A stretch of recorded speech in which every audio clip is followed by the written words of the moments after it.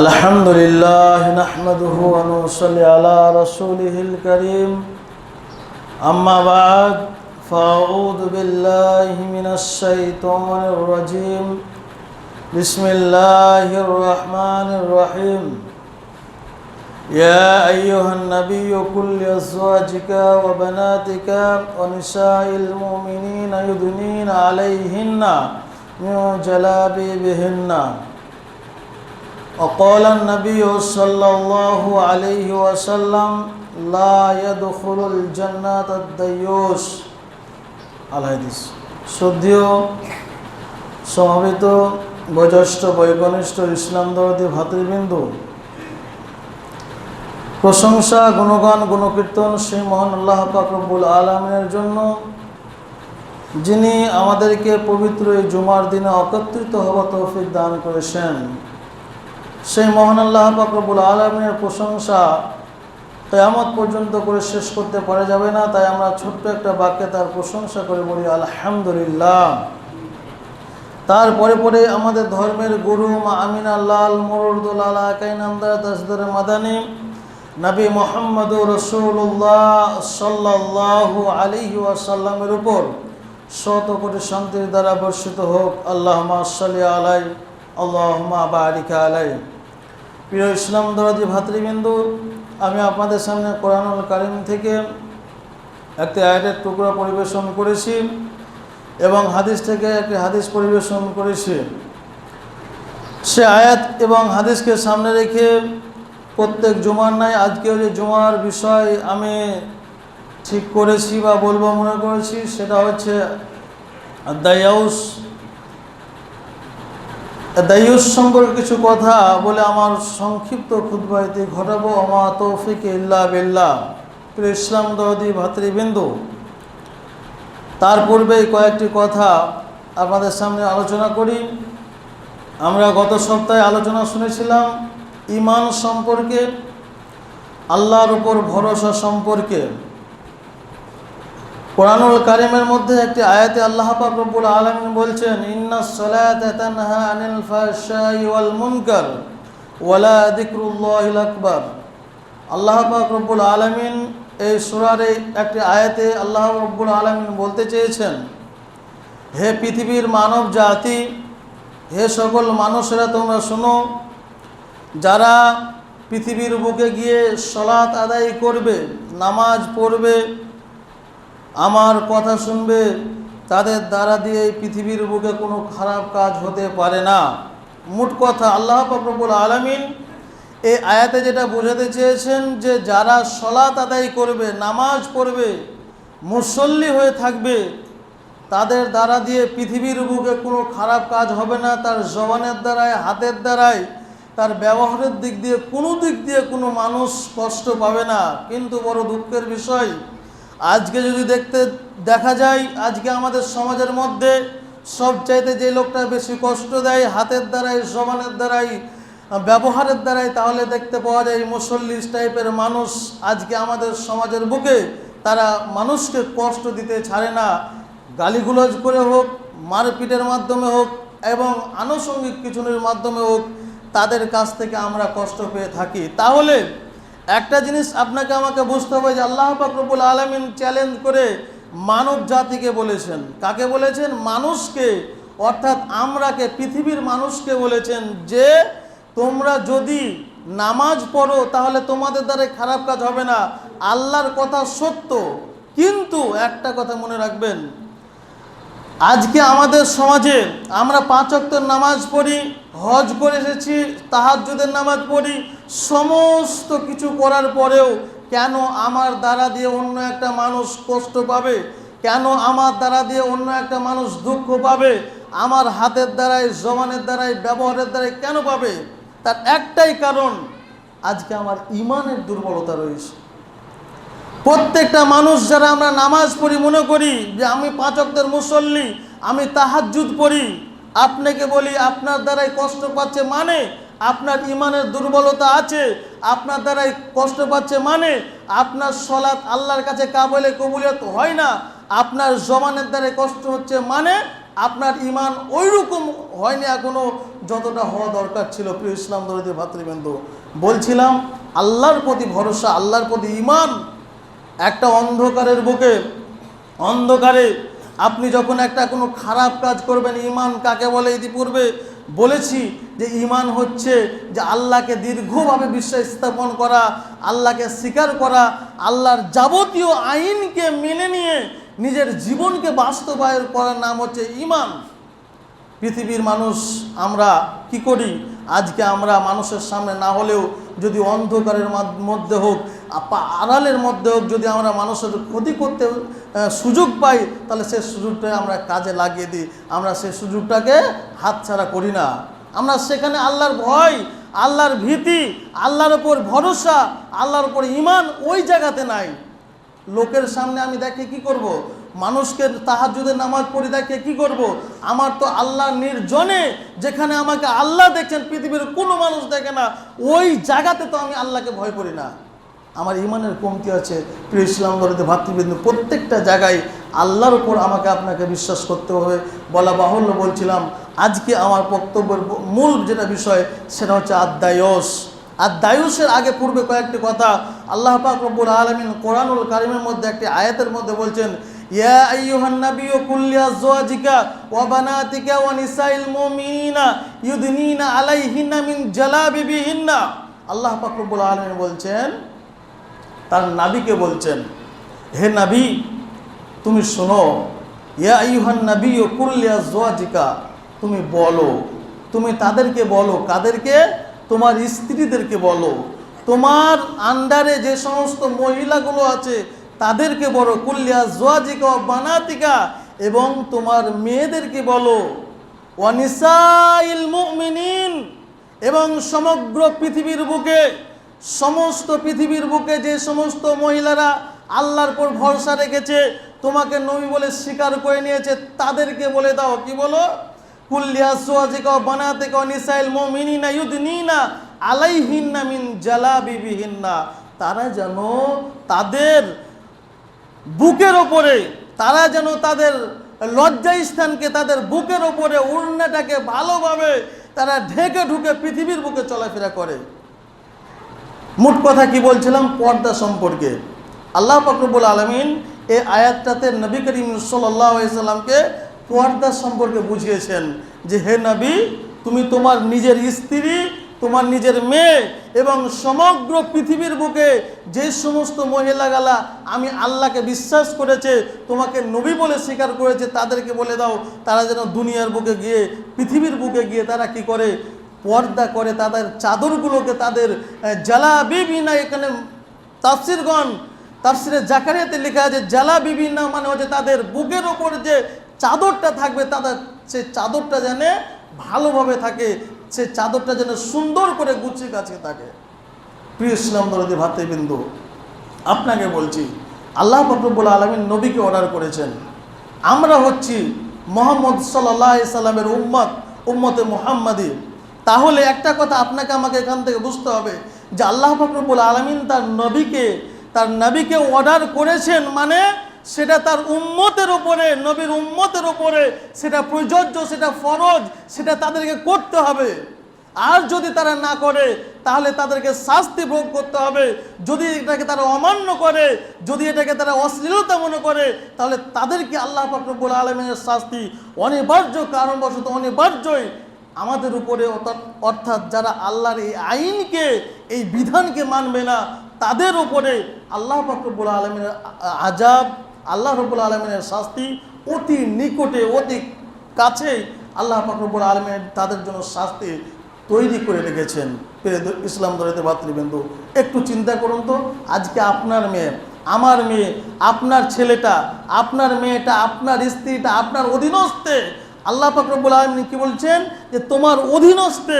এবার আপনাকে ওই একটা ফিট করে বলি, আপনার আমার অধীনস্থে যে সমস্ত মহিলাগুলো রয়েছে, আমি বলি আমি নামাজ পড়ি, আমি বলি আমি হজ করে এসেছি, আমি বলি আমি তাহাজ্জুদের নামাজ পড়ি, অথচ দেখা যায় যে ব্যক্তিটা দাবি করে আমি তাহাজ্জুদের নামাজ পড়ি, যে ব্যক্তিটা দাবি করে যে আমি হজ করেছি, দেখা যাচ্ছে পরক্ষণে ওর স্ত্রী, ওর মেয়ে, ওর বউ, বা ওর অধীনত্বে যে সমস্ত নারীরা রয়েছে তারা পৃথিবীর বুকে পর্দা করে না, পৃথিবীর বুকে তারা পর্দা করে পৃথিবীর বুকে চলাফেরা করে না, তারা পর্দাকে কিছু মনে করে না, ইসলামের আইনই সেটাকে কি করে না, তারা মনে করে না যেটা আল্লাহ রাব্বুল আলামিনের বিধান।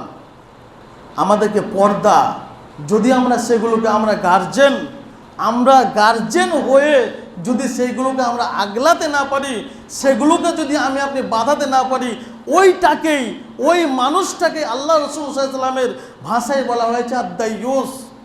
দায়ুসের ব্যাখ্যা আপনি পরে আসছি, আর কয়েকটি আয়াত আপনাদেরকে বলে দিই। যে যার অধীনস্থে যে সমস্ত নারীরা চলাফেরা করে, ওই নারীরা যদি পৃথিবীর বুকে সঠিকভাবে না চলে, সঠিকভাবে দুনিয়ার বুকে চলাফেরা না করে, তারা পর্দাবিহীন পৃথিবীর বুকে চলাফেরা করে, তাহলে বলা হচ্ছে ওর যে গুনাহ রয়েছে, ওর যে পাপ, তার গার্জেনের, তার পিতার তো হবেই হবে। বলা হয়েছে ওর নসিবে, ওর কপালে জান্নাত আল্লাহ পাক রব্বুল আলামিন হারাম করে দিয়েছেন চিরতরের জন্য। বলে সুবহানাল্লাহ। এবার আপনি বলবেন না ইমাম সাহেব কেমন কথা, আমরা তো বলি, আমরা তো আমার ছেলেকে, আমার মেয়েকে, আমার স্ত্রীকে বলি তোমরা পর্দা করো, পর্দা করো, পর্দা করো, তোমরা বোরখা গায়ে দাও, তোমরা পৃথিবীর বুকে ছিন্নতা করে চলাফেরা করিও না, তারপরেও তো চলে না। আপনাকে বলি, আপনাকে একটা কথা বলি, আপনি যে গার্জেন, আপনি স্বামী, ইতিপূর্বে আমি অনেক দিন বলেছি, স্বামী হতে গেলে কিছু ক্ষমতার দরকার হয়। স্বামী হতে গেলে, গার্জেন হতে গেলে, বাপ হতে গেলে, পিতা হতে গেলে কিছু ক্ষমতার দরকার হয়। যেই ক্ষমতাতে, যেই ইশারাতে আপনার স্ত্রী উঠবে বসবে, যেই ক্ষমতায়, যেই ইশারায় আপনার মেয়ে বসবে, যেই ক্ষমতায় আপনার অধীনস্থে যে সমস্ত মহিলারা চলাফেরা করে তারা উঠবে বসবে, ওই ক্ষমতা নিয়ে আপনাকে পৃথিবীর বুকে চলাফেরা করতে হবে। নচেত আপনাকে আমাকে যতই তাকে বলেন, যদি না করতে পারেন, কাল কিয়ামতের ময়দানে ওর জন্য আপনাকে জবাবদিহি করতে হবে। কার সামনে? মহান আল্লাহ পাক রব্বুল আলামিনের সামনে। আজকে আমরা যারা ভাবছি এই পর্দাটা, এই মডার্নের যুগে আমরা কেন পর্দা করব, আজকে আমরা যারা ভাবছি এই পর্দাটা করা এই যুগে অতটা মূল্য রাখে না বা অতটা আপনার কিনা প্রযোজ্য নয়। আপনি জানেন এই পর্দা আপনাকে কি করে বোঝায়? এই পর্দা যারা পৃথিবীর বুকে পর্দা করার চলাফেরা করে না, তাদের আল্লাহর তরফ থেকে এটা একটা শাস্তি। কেমন শাস্তি? আমরা সকলেই জানি হযরত আদম আলাইহিস সালামের কথা, আদম আলাইহিস সালামের ঘটনা। যখন আদম আলাইহিস সালামকে আল্লাহ পাক রব্বুল আলামিন তৈরি করলেন, মা হাওয়াকে তৈরি করার পরে জান্নাতের মধ্যে দাখিল করালেন, জান্নাতের মধ্যে তাকে বসবাস করতে দিলেন। আল্লাহ পাক রব্বুল আলামিন তাদেরকে বলেছিলেন তোমরা সব করবে, তোমরা এই জান্নাতের মধ্যে এমন কোনো জিনিস নাই যেটা তোমাদের জন্য বাধা, তোমাদের জন্য কোনো বাধা নেই। একটাই কেবল বাধা তোমাদের জন্য, সেটা হচ্ছে এই যে ওই যে তোমাদের সামনে যে গাছটা দেখতে পাচ্ছ, ওই গাছের ফল তোমরা খাবে না। আমি আল্লাহর হুকুম, আদেশ, ওই গাছের ফল তোমরা খাবে না।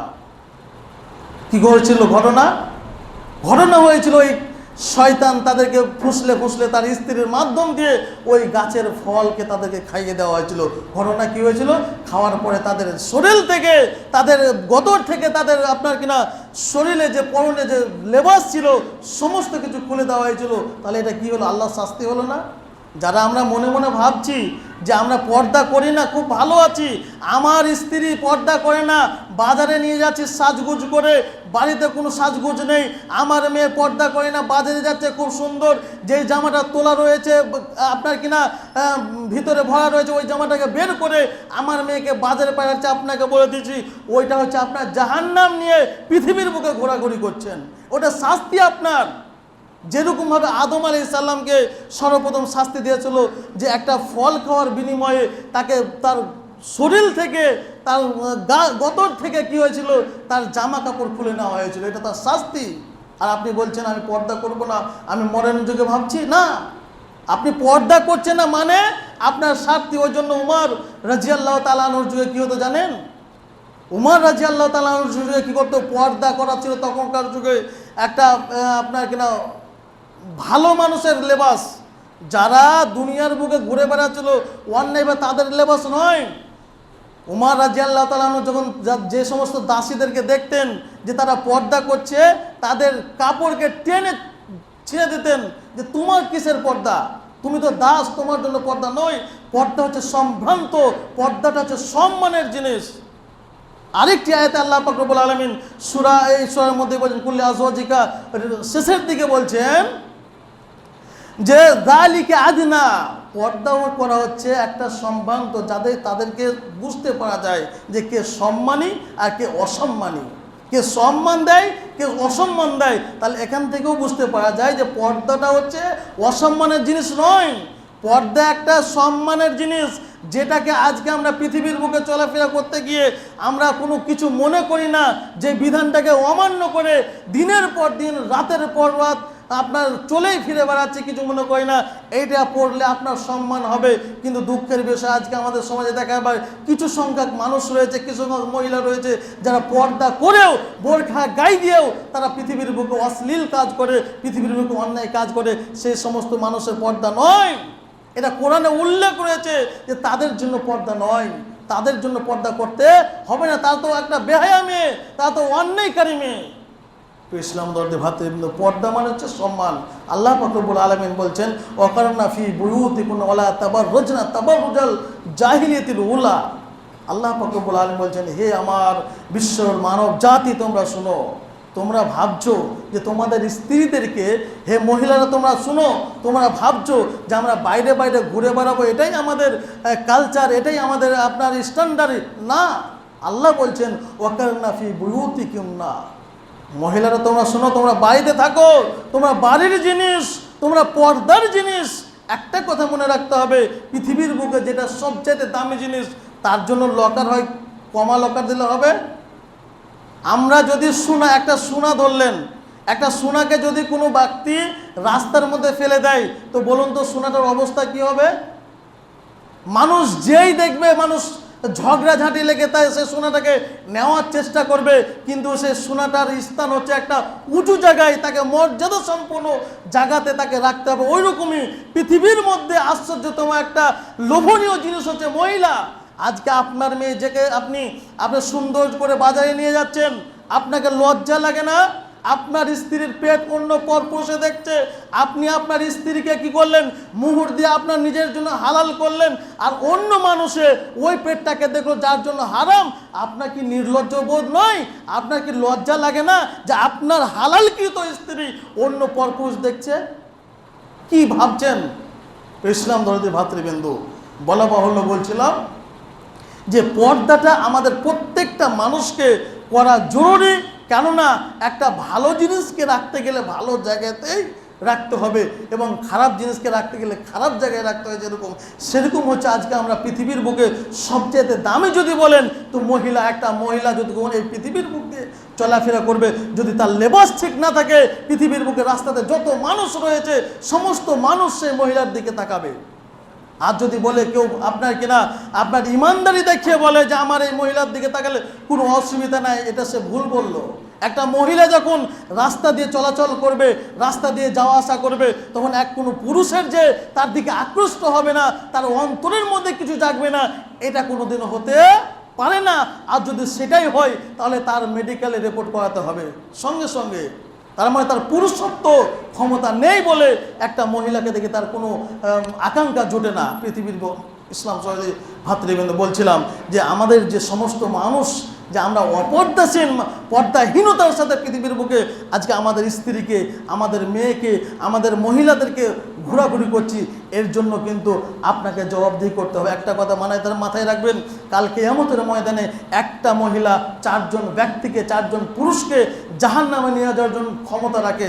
একজন মহিলা 4 জন পুরুষকে কাল কিয়ামতের ময়দানে জাহান্নামে নিয়ে যাওয়ার ক্ষমতা রাখে। সে 4 জনকে সর্বপ্রথম যেটা হচ্ছে তার বাপ, তারপরে যে তার বড় ভাই, তারপরে তার স্বামী, তারপরে তার ছেলে। আপনাকে বলি, আপনার চোখের সামনে আপনার মেয়ে বলুন, আপনার স্ত্রী বলুন, আপনার বউ বলুন, পৃথিবীতে যত মেয়েরগুলো ঘোরাঘুরি করছে বেপর্দা হয়ে, আপনার কি ক্ষমতা হয় না তাদেরকে রুখে দেওয়ার? যদি না রুখতে পারেন, আল্লাহ রাসূল সাল্লাল্লাহু আলাইহি ওয়াসাল্লাম বলেছেন আদ-দায়ুস, যেটা বলছিলাম আমার বক্তব্যের মূল বিষয় হচ্ছে আদ-দায়ুস। যারা দায়ুস পৃথিবীর বুকে চলাফেরা করে, তারা সারা জীবন তাহাজ্জুদ পড়লেও, সারা জীবন প্রত্যেক বছর হজ যদি করে, তাহলে সেই ব্যক্তিটার নসিবে কাল কিয়ামতের ময়দানে জান্নাত জুটবে না। কেন? আল্লাহ রাসূল সাল্লাল্লাহু আলাইহি ওয়াসাল্লাম আজ থেকে 1450 বছর পূর্বে বলে গেছেন সালাসাতুন লা ইয়াদখুলুনাল জান্নাহ, সালাসাতুন লা ইয়াদখুলুনাল জান্নাহ, কাল কিয়ামতের ময়দানে আল্লাহ রাসূল সাল্লাল্লাহু আলাইহি ওয়াসাল্লাম বলেন তিন শ্রেণীর মানুষকে আল্লাহ পাক রব্বুল আলামিন জান্নাতের মধ্যে দিবে না। তার মধ্যে একটা হচ্ছে দাইয়ুস। আরেকটি হাদিসে আল্লাহ রাসূল সাল্লাল্লাহু আলাইহি ওয়াসাল্লাম বলেন সালাসাতুন লা ইয়ানদুরুল্লাহু ইয়াওমাল কিয়ামা, কাল কিয়ামতের ময়দানে তিন শ্রেণীর মানুষের দিকে আল্লাহ পাক রব্বুল আলামিন নজর দিবেন না, তাদের দিকে তাকাবেন না। তাদের মধ্যে একটা হচ্ছে দাইয়ুস। আল্লাহ পাক রব্বুল আলামিন বলেন সালাসাতুন কাদ হারামাল্লাহু আলাইহিমুল জান্নাহ, আল্লাহ পাক রব্বুল আলামিন কাল কিয়ামতের ময়দানে তিন শ্রেণীর মানুষের জন্য জান্নাতকে হারাম করেছেন। তার মধ্যে একটা হচ্ছে দাইয়ুস। আপনি বলবেন মৌলভী সাহেব, ইমাম সাহেব দাইয়ুসকে, দাইয়ুস এর ব্যাখ্যা বিশ্লেষণ হচ্ছে দাইয়ুস বলা হয় ওই সমস্ত পুরুষদেরকে যার আন্ডারে, যার অধীনস্থিতে, যার প্রতিনিধিতে যে সমস্ত মহিলারা চলে তাদেরকে সে দেখভাল সঠিকভাবে করে না। আল্লাহ রাসূল সাল্লাল্লাহু আলাইহি ওয়াসাল্লাম বলেন আল্লাযীনা ইউকিরু আলা আহলিহি আল খাউস, অর্থাৎ যারা সে গার্জেন, যে দায়িত্বশীল, সে দেখছে যে আমার স্ত্রী অশ্লীলতার সাথে চলাফেরা করছে, আমার মেয়ে দুনিয়ার বুকে বেপর্দার সহিত চলাফেরা করছে, আমার কিনা বোন পৃথিবীর বুকে অশালীনভাবে দুনিয়ার বুকে চলাফেরা করছে, আপনার কিনা আমার অধীনত্বে যে সমস্ত মহিলা রয়েছে, নারীরা রয়েছে, তারা দুনিয়ার বুকে অন্যায়ভাবে অশ্লীলভাবে চলে ফেরা বেড়াচ্ছে, সে দেখছে যে তারপরেও কিছু করতে পারছে না। আপনাকে বলে দিই ওই ব্যক্তিটার জন্য আল্লাহ রাসূল বলেছেন তার জন্য জান্নাত হারাম, সে কখনো জান্নাত পাবে না। তাহলে বলুন তো, আপনার স্ত্রী আপনার মেয়ে ওরকমভাবে বেড়ায় না, ওরকমভাবে চলাফেরা করে না? কত আজকের দিনে অহরহ মানুষ, আজকে বড় দুঃখ লাগে, আজকে আমাদের সমাজে কিছু যুবক ভাইদেরকে দেখা যায় যারা নিজে সাজগুজ করে নিয়ে স্ত্রীদেরকে বাজার ঘুরতে যায়, যে বাড়িতে নিয়ে আপনার কিনা খারাপ পোশাকগুলো পরে বাজারে নিয়ে গেল সুন্দর পোশাকগুলো পরে নিয়ে যায়, সে নিজে নিয়ে যাচ্ছে। ওই পুরুষ, ওই ছেলেটা কি করে আল্লাহ রব্বুল আলামিনের কাছে জবাব দিবে? আল্লাহ পাক রব্বুল আলামিন আল্লাহ রাসূল আরেকটা হাদিসে বলেন লা ইয়াদখুলুল জান্নাতা দাইয়ুস, যারা দাইয়ুস হবে তাদের জন্য জান্নাত চিরদিনের জন্য হারাম হয়ে গেল। আপনি বলুন তো, একটিবার চিন্তা করে দেখেছেন যে আপনার অধীনস্থে যে সমস্ত নারীরা রয়েছে তারা কীরকমভাবে চলাফেরা করছে? আপনার অধীনস্থে আপনার স্ত্রী, সবারই কথা বাদ দিলাম, যেটাকে নিয়ে আপনি ঘর সংসার করছেন, কতদিন সারা জীবন কাটিয়ে দিলেন, ওই স্ত্রী কিভাবে দুনিয়ার বুকে চলাফেরা করছে? যাকে আপনি জন্ম দিলেন, আপনার মেয়ে, সে মেয়েটা কিভাবে জন্ম দিলেন পৃথিবীর বুকে চলাফেরা করছে? একটুকে হুঁশ নাই? আর আপনি বলছেন আমি মুসল্লি।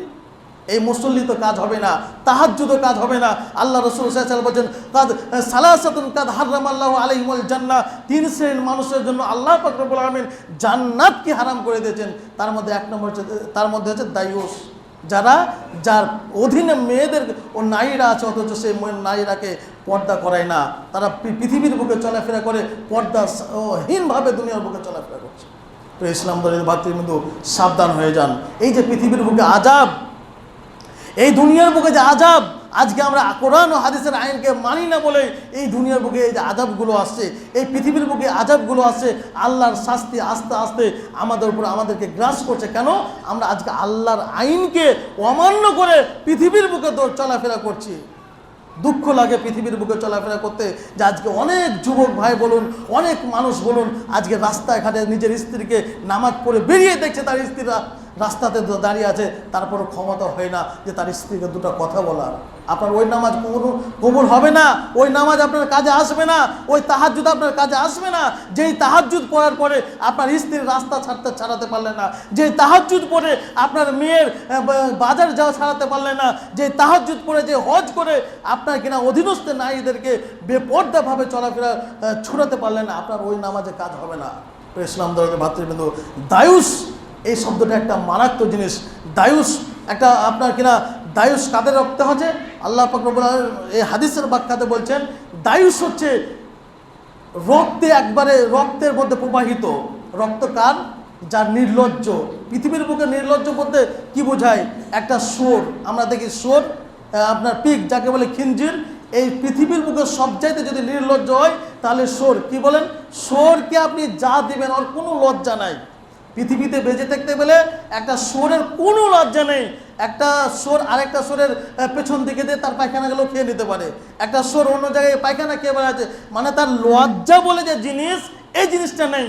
ওইরকম বলা হয়েছে দায়ুসের বাক্যা, যে ওই সমস্ত ব্যক্তিরা যাদের পৃথিবীর বুকতে লজ্জা উঠে গেছে ওই সোরের মতন।